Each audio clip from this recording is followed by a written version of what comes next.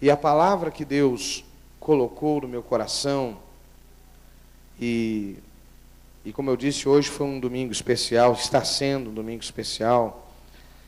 Deus me trouxe à memória algo que Ele me disse no início do ano.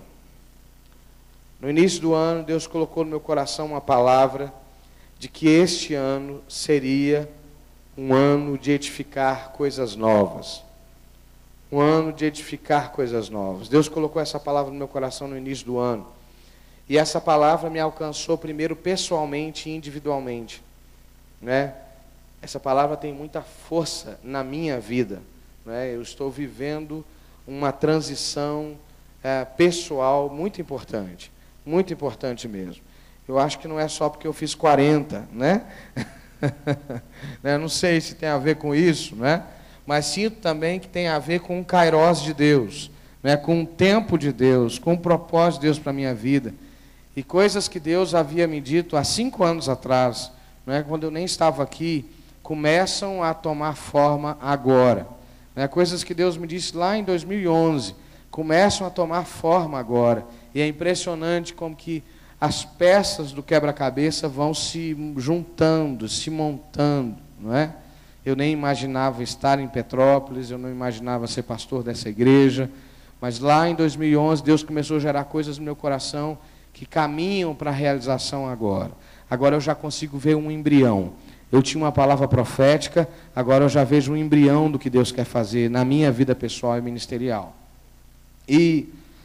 Mas eu creio que isso se aplica também à vida da igreja. Hoje eu ministrava aqui no culto das 10h30 e disse isso com muita clareza, que há coisas que Deus já me mostrou e já mostrou ao povo dele, que não se realizaram plenamente, mas que vão acontecer. É só uma questão do tempo certo, das pessoas certas, do momento certo e da nossa disponibilidade para Deus, não é? E você faz parte disso. Você que está sendo inserido nessa igreja, nessa comunidade, faz parte disso.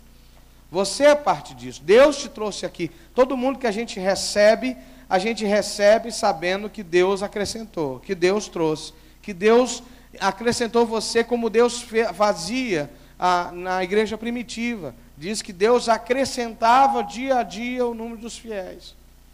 Tem gente que chegou nesses últimos dias que vai casar agora, daqui a pouco, né? Os dois viviam cada um num canto, Deus trouxe para cá e aqui eles se encontraram e vão casar, né? Olha para você ver que coisa que Deus faz.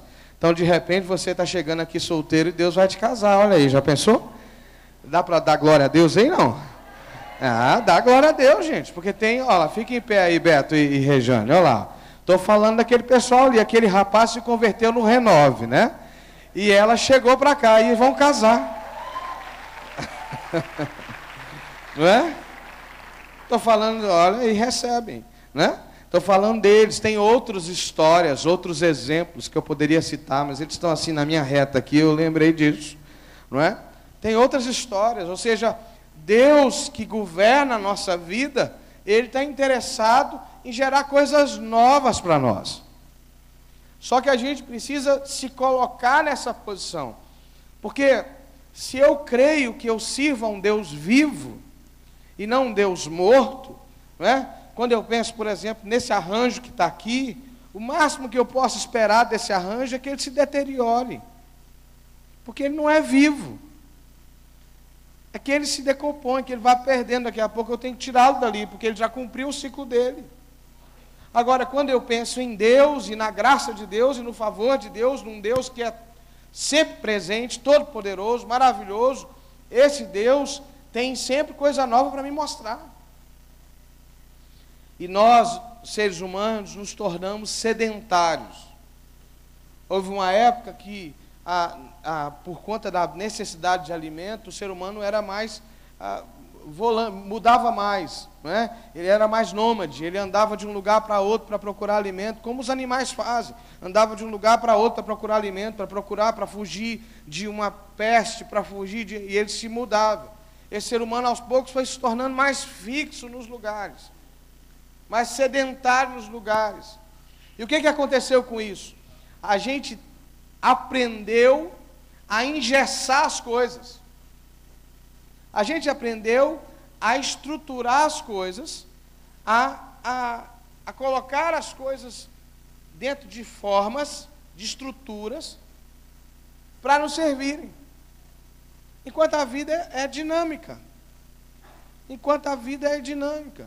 Se você, por exemplo, olhar para tribos indígenas na Amazônia, eles ainda vivem assim, de forma nômade. Eles se instalam num determinado lugar, e quando aquele lugar está saturado, eles mudam. Não é? Se instalam em outro lugar, quando aquele lugar está saturado, eles mudam. A gente aprendeu a fazer de um lugar que a gente escolheu para ser nosso, o nosso lugar eterno. Só que se eu sirvo um Deus vivo, eu não posso achar que as conquistas que eu fiz até hoje são para a vida inteira. Há coisas que talvez chegaram a mim, há ciclos que foram abertos, que precisam ser fechados, e há outros que precisam ser abertos.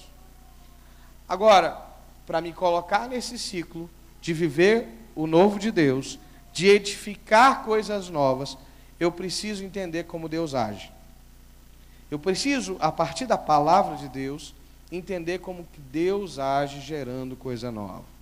Nós estamos aqui, nesse culto da noite e nas células, numa série de pregações, numa campanha de temática, no sentido de que nós queremos viver apaixonadamente. Nós queremos viver apaixonadamente. E uma das formas de viver apaixonadamente, no domingo passado eu falei sobre novos heróis, falei sobre a necessidade de a gente assumir a nossa fragilidade para viver o propósito de Deus. Hoje eu quero dizer que para pessoas apaixonadas são pessoas que edificam coisas novas. Pessoas que vivem apaixonadamente são pessoas que edificam coisas novas, elas estão conectadas com Deus e elas recebem da criatividade de Deus. Eu disse aqui há uns dias, e você comentou, né, Jane, que é terrível quando a nossa melhor lembrança está no passado. É terrível quando o melhor momento da nossa vida está no passado. Isso me diz que eu não saí daquele passado. Isso me diz que eu estacionei lá. Não porque a gente não possa ter coisas boas no passado, mas Deus, e o Deus que nós servimos, é um Deus que está sempre nos convidando a viver experiências novas e melhores. Então eu quero te convidar a abrir a sua Bíblia comigo no livro de Atos dos Apóstolos, capítulo 10. Atos dos Apóstolos, capítulo 10. Por favor, vamos ler juntos.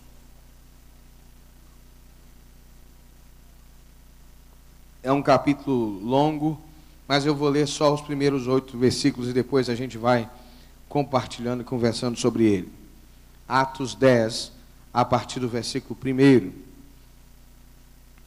Morava em Cesareia um homem de nome Cornélio, centurião da corte chamada italiana, piedoso e temente a Deus com toda a sua casa, e que fazia muitas esmolas ao povo, e de contínuo orava a Deus. Cerca da hora 9 do dia, viu claramente em visão um anjo de Deus, que se dirigia para ele e lhe dizia: Cornélio.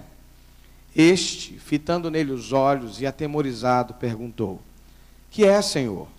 O anjo respondeu: As tuas orações e as tuas esmolas têm subido para a memória diante de Deus. E agora, pois, envia homens a Jope e manda chamar a Simão, que tem por sobrenome Pedro. Este se acha hospedado com um certo Simão, curtidor, cuja casa fica à beira-mar. Ele te dirá o que deve fazer. Logo que se retirou o anjo que lhe falava, Cornélio chamou 2 dos seus domésticos e um piedoso soldado dos que estavam a seu serviço. E, havendo contado tudo, os enviou a Jope. Senhor, fala no nosso coração. É o nosso clamor nessa noite. Em nome de Jesus. Para edificar coisas novas, para viver o ciclo novo que Deus tem na nossa vida, a gente precisa se dar conta e perceber que tudo que é novo e bom, né, tudo que é trazido a nós de precioso, nasce no coração de Deus. Nasce no coração de Deus. Porque toda boa dádiva vem de Deus, é a Bíblia que diz isso. Todo dom perfeito vem de Deus. Toda boa dádiva vem de Deus. Dádiva é o quê? Presente. Todo presente bom vem de Deus. Ou seja, toda novidade, e não imitação de novidade, mas toda novidade que quer produzir crescimento na minha vida, todo ato novo e criador de Deus, nasce primeiro no coração de Deus. Não sou eu que preciso ter um despertar para coisas novas. Eu preciso ter um despertar para Deus, e entender isso. É interessante que Cornélio estava vivendo uma vida normal. Ele era um homem temente a Deus, mas ele não conhecia Jesus ainda. Ele não tinha a referência de Jesus. Ele era um homem temente a Deus, piedoso, né? Misericordioso, olhava pelas pessoas da sua vizinhança. E diz o texto que Deus, vendo Cornélio, chegou a ele, se revelou através de um anjo e disse: Cornélio, eu tenho visto a sua vida, eu tenho percebido a sua vida, e eu quero que você vá até Pedro, porque ele vai apresentar algo novo para você. Ele vai apresentar um estilo de vida, e eu estou aqui parafraseando, né, o texto, um estilo de vida que é maior do que o que você já tem vivido até agora. Ele vai te inserir numa nova vida, vai te apresentar uma boa nova, uma boa notícia, que é o Evangelho de Jesus. Porque Cornélio ainda não conhecia o Evangelho de Jesus. Ele tinha temor de Deus, mas não conhecia Jesus. E o que é interessante, queridos, é que, primeiro, Deus toma a iniciativa. Deus vê Cornélio. Deus olha Cornélio e percebe que Cornélio está pronto para viver uma nova história. Percebe que o coração de Cornélio está disponível para viver uma nova história. E para isso Deus fez o quê? Deus tocou no coração dele, mas ao mesmo tempo que Deus estava tocando no coração dele, Deus estava tocando também no coração de Pedro. Não é interessante isso? Guarda isso comigo. Quando Deus quer gerar algo novo em você, como dele é Deus trino, é Deus que vive na companhia do Filho, Deus Pai, Deus Filho, Deus Espírito Santo, Deus sempre mexe com outras pessoas para que você viva esse ciclo novo que você precisa viver.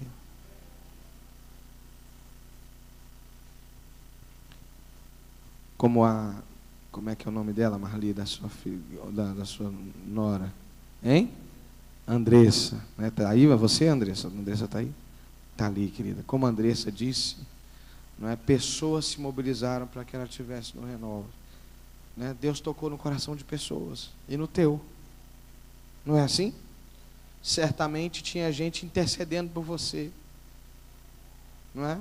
Tinha gente orando por você, para que Deus fizesse isso lá, para que Deus realizasse isso lá. E é sempre assim. Quando Deus quer gerar algo novo na nossa vida, Ele toca pessoas, Ele mobiliza pessoas, porque o novo de Deus é sempre maior do que a gente. O novo de Deus é sempre maior do que a nossa percepção. O novo de Deus é sempre maior que a nossa capacidade de ver, de medir, de mensurar as coisas que Ele coloca à nossa disposição. E por isso, Deus, Ele age, Ele toma iniciativa, Ele toca pessoas, Ele mobiliza pessoas, Ele gera situações que vão criando para você um ambiente propício à mudança. Um ambiente propício à mudança, um ambiente propício ao que Deus quer fazer. Como eu disse, há 5 anos atrás, Deus falou comigo algo que eu não conseguia entender muito bem. Deus usou um servo dele para profetizar no altar da igreja onde eu era pastor. E ele falou umas coisas que eu não entendi muito bem, que não fazia muito sentido para mim naquele momento. Mas aquela fala de Deus gerou uma expectativa no meu coração.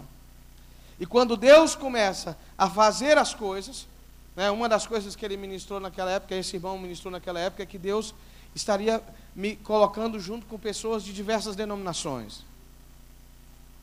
E naquele momento eu já tinha um relacionamento com pessoas de outras denominações, mas o meu foco estava muito para dentro da nossa igreja, da nossa denominação. E é interessante como que nesse período Deus foi abrindo, gerando, e de repente uma palavra que foi dada lá atrás começa a se confirmar através de experiências concretas e reais. Ou seja, se você deseja viver o novo de Deus, você precisa começar a prestar atenção no movimento de Deus. Sai um pouquinho da tua agenda. Sai um pouquinho do bater do teu coração. A gente ouve demais o nosso coração. E que bom quando o nosso coração está em Deus. Mas a Bíblia diz que o coração é enganoso, é corrupto. Quantas vezes nós somos seduzidos pelo nosso desejo, pela nossa vontade? Quem já fez essa oração assim, né? Os jovens especialmente, né? Olha para a moça e diz assim: poxa, Deus, podia ser da tua vontade aquela ali. Não é verdade? Você deseja uma coisa e diz assim: Deus, olha que bom Jesus. Senhor, já pensou? Acho que é vontade de Deus. Né? Eu já ouvi coisa assim: pastor, eu acho que é vontade de Deus. E quando você vai ver, às vezes, aí a gente diz: é a vontade de Deus ou é a tua vontade? É o que Deus quer ou o que você quer? Não que a vontade de Deus não seja boa, né?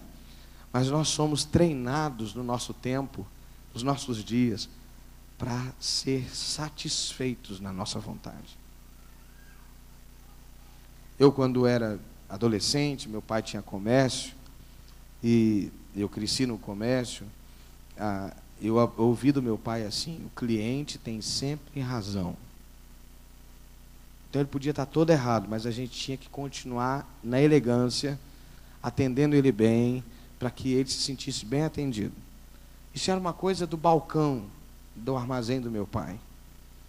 E isso se tornou um estilo de vida hoje.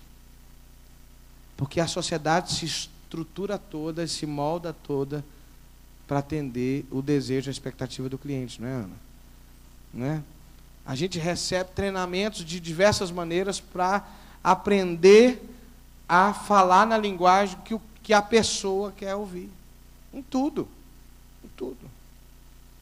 A gente tem que entrar na mídia, nas redes sociais, porque hoje as pessoas buscam informações, e é um péssimo lugar para buscar informação nas redes sociais, por exemplo.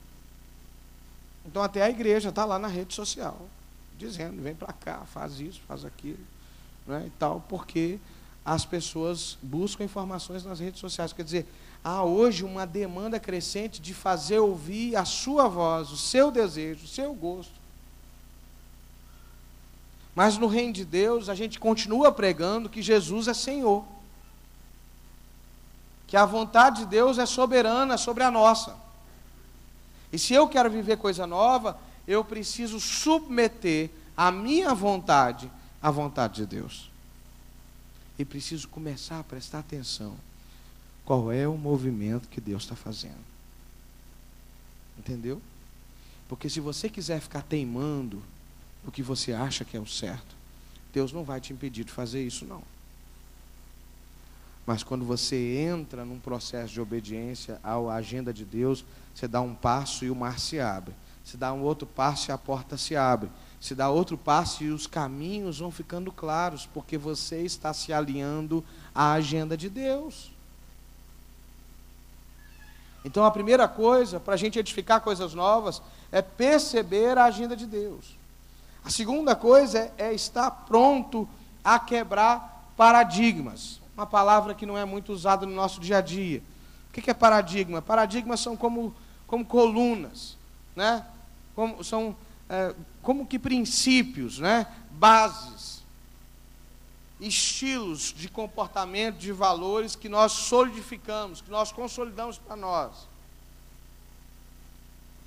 No caso de Cornélio, para que o novo de Deus acontecesse naquela família, e não só naquela família, porque a gente vai ver que a repercussão disso é muito maior, precisou que Pedro fosse transformado. Pedro precisou de uma transição de mente.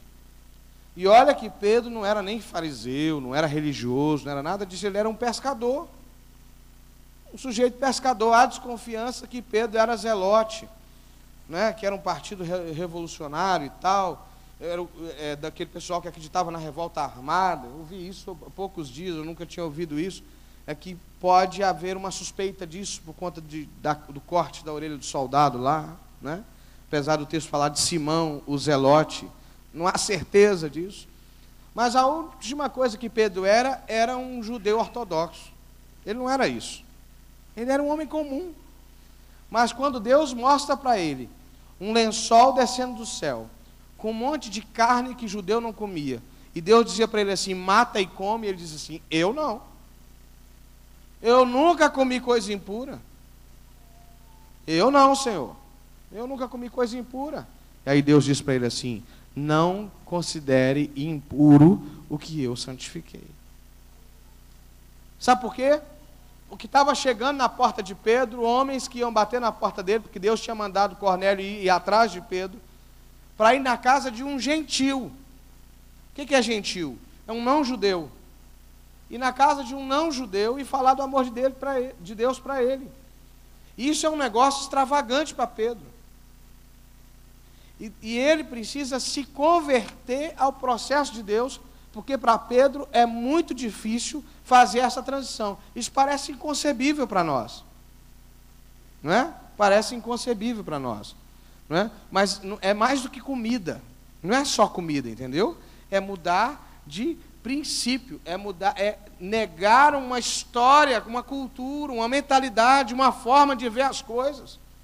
Para ver as coisas de forma completamente diferente, porque Deus está chamando para ver. A experiência do Antigo Testamento era a primeira parte da aliança. Mas o povo de Israel fez daquela primeira parte da aliança a aliança toda. Talvez o que você aprendeu até aqui é a primeira parte, é a segunda parte, não é tudo. Porque se você já viu tudo, querido, se você já aprendeu tudo, se a tua mente está fechada e não há espaço para o novo, tem alguma coisa errada. Ou você está fazendo hora extra, ou a gente está todo errado aqui. Porque, na verdade, se eu tenho consciência da soberania de Deus e da grandeza de Deus, eu preciso estar aberto a uma transição de mente. Paulo diz isso. Paulo ora pela renovação da nossa mente. Renovação da mente. Renovar a mente é admitir que talvez você pode aprender coisas novas. Você pode aprender valores novos a partir da palavra de Deus. Você pode aprender a adorar de um outro jeito. Você pode aprender a ler a Bíblia de um outro jeito. Você pode aprender a orar de um outro jeito. Você pode aprender a servir a Deus e a oferecer a sua vida a Jesus de uma forma diferente e nova. Você pode aprender a ser um pai diferente. Você pode aprender a ser uma mãe diferente. Você pode aprender a ser um marido diferente, uma esposa diferente, se você estiver aberto a rever a tua mente a partir da palavra de Deus. Não é esse inovacionismo assim vazio, de coisa nova que não tem respaldo no passado. Não é isso não. É na palavra. Mas abrir o coração para um entendimento novo. É o que a gente viveu no Renove, não é? Às vezes a gente tem uma noção de Deus, a gente acha que Deus é uma coisa, e quando a gente tem uma experiência mais profunda, a gente começa a ver Deus de uma outra forma. Não é verdade? Um dos propósitos do Renove é apresentar um Deus de perto, um Deus próximo, um Deus que chega junto, um Deus que é gracioso, um Deus que é amoroso, que me ama apesar das minhas falhas. Porque muitas vezes a nossa visão de Deus é um Deus distante, longe, punitivo, que castiga. Então, se eu quero edificar coisas novas, eu preciso estar disposto a aprender coisas novas. Por que a gente insiste aqui na célula, no discipulado, em você ser constante aos cultos, em você estar firme, querendo aprender de Deus?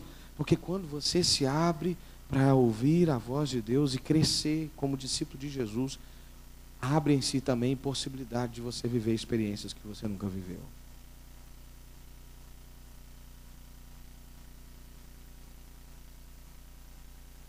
Um exemplo simples na minha história pessoal. Quando eu estava com 13 anos de idade, eu comecei a ter dificuldades com inglês na escola. Eu estudava numa escola pública. Eu estudei só uma vez na escola particular e não gostei, chorei, era menina, aí minha mãe tirou e eu fiquei na escola pública. Eu fiz toda a minha formação na escola pública. E eu comecei a ter dificuldade. Eu não conseguia captar o que a professora estava passando. E aí meus pais me colocaram num curso de idiomas, de inglês, né, para aprender inglês por causa da escola. Por alguma razão, eu tomei gosto por aquele negócio.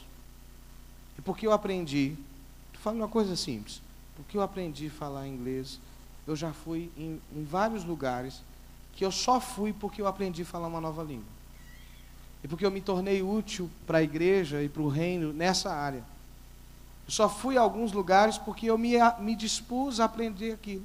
Fui em Israel, fui nos Estados Unidos, fui na Jamaica, fui em lugares diferentes, preguei, ministrei em Israel. Já pensou? O matuto lá de Teoflotone, né? Ministrando lá em Tel Aviv, né? Dava até para dizer que eu era um conferencista internacional, né? Não, mas não sou não. Sou pastor de... Tem gente que às vezes vai ali no Paraguai e é conferencista internacional. Mas não é o meu caso, não é. Mas eu vivi um monte de experiências novas porque eu me dispus a aprender uma coisa nova que dentro do meu contexto de matuto lá de Teoflotone não era comum.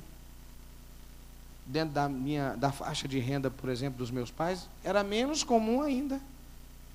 Porque naquela época estudava, você imagina, há 20 anos atrás, quase 25 anos atrás, estudar num curso de inglês era coisa de gente que tinha dinheiro.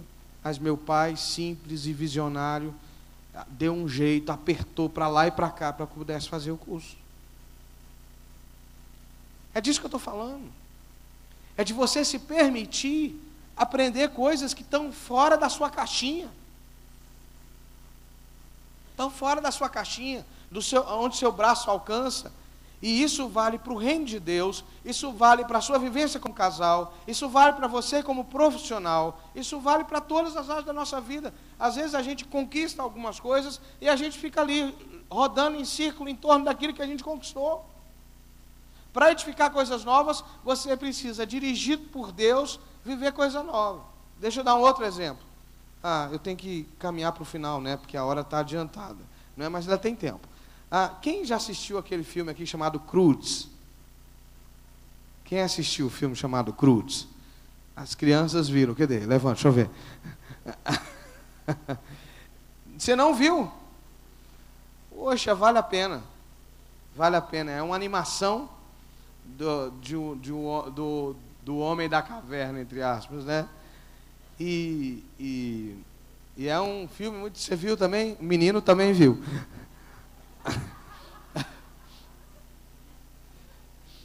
E aí, eu não vou contar o filme, porque esse tanto de gente não viu, vale a pena você ver. Mas só uma frase do filme, que o patriarca da família diz assim: o novo é ruim. O novo é ruim. Quem foi experimentar o novo, morreu. É claro que essa frase que eu estou usando aqui, essa fala que eu estou usando, tem muita gente usando para coisa errada. Não é? Esse mesmo discurso aqui, tem gente usando para distorcer a palavra. Ao mesmo tempo que a gente busca o novo, a Bíblia diz que não há nada novo debaixo do céu. É novo para você. Entendeu? Porque na verdade já está revelado aqui na palavra.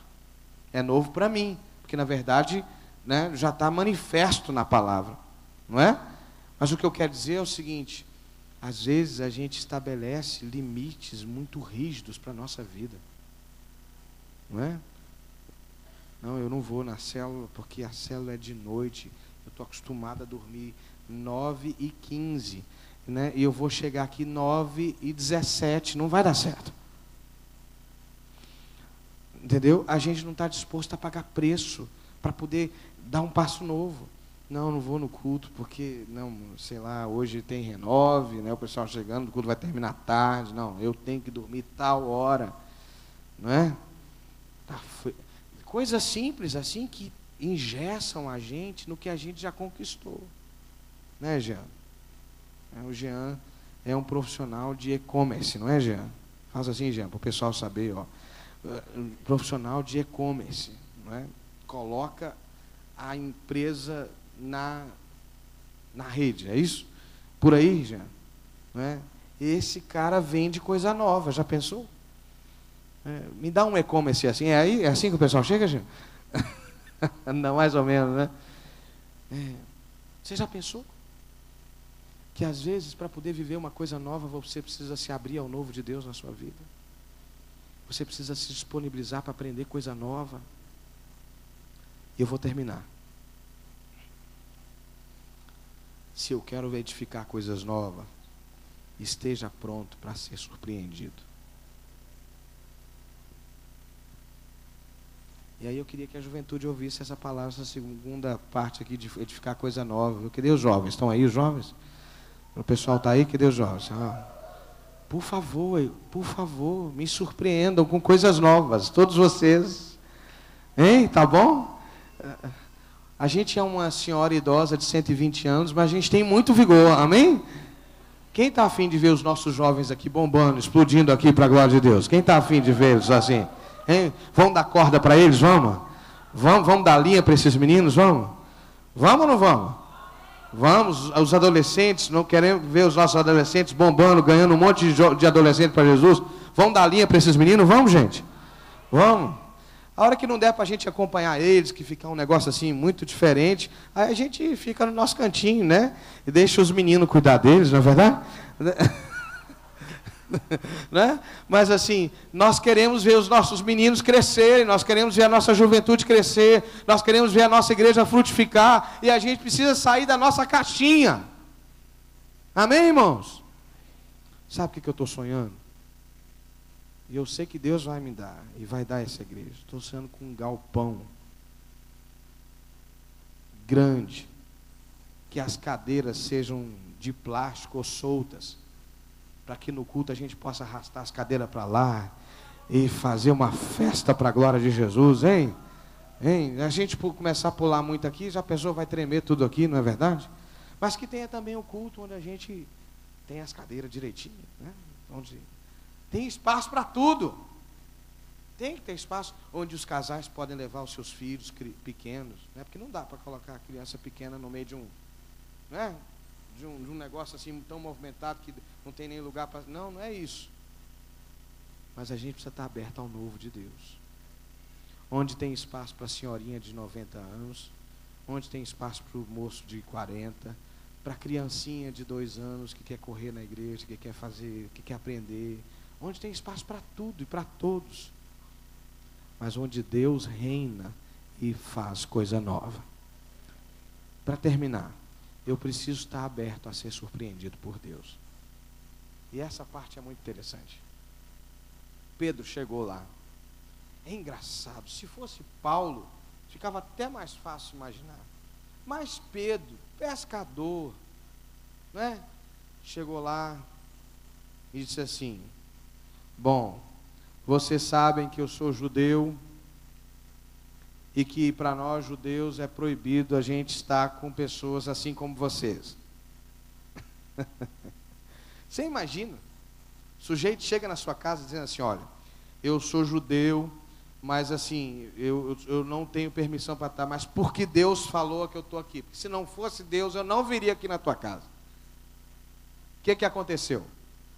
Aí o Cornélio, cheio de simplicidade, disse assim: não, seu Pedro, é o seguinte, eu estava aqui no meu canto, era de tarde, e Deus me falou que o senhor tinha uma coisa nova para dizer para a gente. E olha, reuni minha família, a parentada está toda aqui, minha sogra, meu sogro, o sobrinho, meus irmãos, os vizinhos, está todo mundo aqui. A gente quer saber o que o senhor tem para dizer. Aí Pedro, você pode imaginar, encheu o peito de ar. Disse assim: é comigo. Falar de Deus, eu sou de Israel, povo eleito. Eu estou fazendo uma caricatura de Pedro, tá, irmãos? Mas Pedro começou a falar. Antes dele terminar de falar, o Espírito Santo fez assim: encheu a casa. Não deu tempo nem de Pedro terminar o discurso dele. Mas não era para Pedro ir lá contar, não. Pedro era só o instrumento da manifestação de Deus. Pedro era o link, a ligação com que Deus tinha começado lá em Israel e que Deus ia fazer nos gentios. Às vezes a gente acha que é a gente, né? Às vezes a gente diz assim, não, eu vou falar e Deus vai fazer. Mas você, às vezes, é só a conexão com que Deus já começou antes de você. Pedro só precisava estar lá, ele não precisava nem falar nada. Era só ele estar lá e Deus ia fazer do mesmo jeito. E Deus surpreendeu Pedro, porque os gentios começaram a receber o batismo com o Espírito Santo. E a mesma coisa que aconteceu no Pentecostes, aconteceu lá. E ele ficou assim, de cara. Como é que é isso? A gente estava no Renove ontem. E numa das dinâmicas que nós temos, o rapaz que estava participando da dinâmica disse assim, eu não posso participar, pastor, porque eu não sou digno de participar dessa dinâmica. Falou assim na frente de todo mundo. Interessante como Deus trouxe a consciência dele que ele era pecador. E eu falei para ele assim, eu também não sou digno, mas por causa de Jesus você pode participar. Jesus está aqui com a gente e por causa de Jesus você pode participar. E ele foi o primeiro a fazer a dinâmica. Eu não posso contar a dinâmica, que você vai ao Renove, né? Ele foi o primeiro a participar da dinâmica. E quando terminou a dinâmica, ele entregou a vida dele para Jesus. Porque ele entendeu que Jesus deu um acesso novo para ele.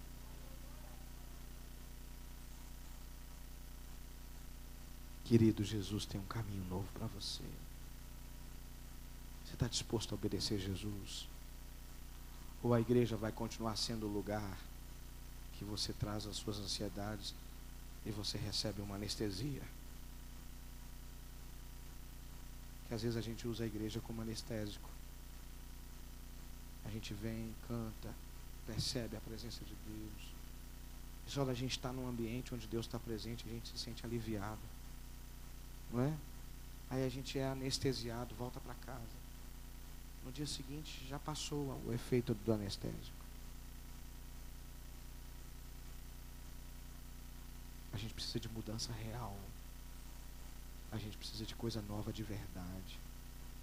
E para isso eu preciso perceber a agenda que Deus já fez.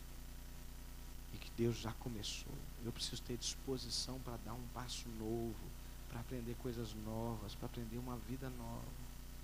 Eu preciso estar pronto para ser surpreendido pelo Senhor. Porque o Deus que começou a boa obra na minha vida é poderoso para fazer mais.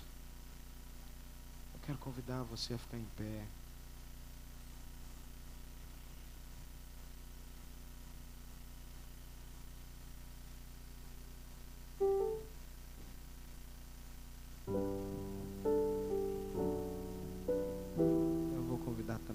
Pode reduzir um pouco as luzes só para que o nosso foco seja em Deus e você não fique constrangido com coisa alguma.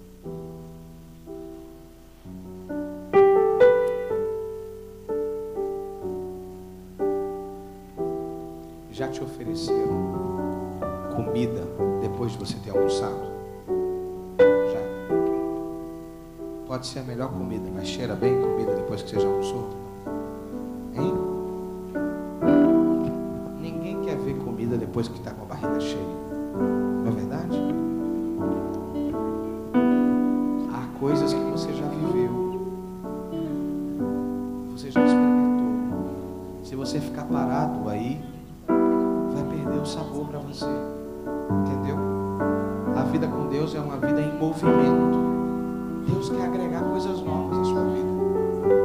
Mas Deus não te impõe nada. Deus não te obriga a nada. Você precisa se mover na direção de Deus. Então, se você precisa de um ciclo novo na sua vida, se você precisa de um novo tempo, um tempo novo de Deus na sua vida, eu quero te convidar em nome de Jesus a sair do seu lugar e vir até o altar e dizer assim: eu preciso, Senhor, de um tempo novo na minha vida. Ministério de Louvor estiver cantando, você sai do seu lugar e vem ao altar do Senhor.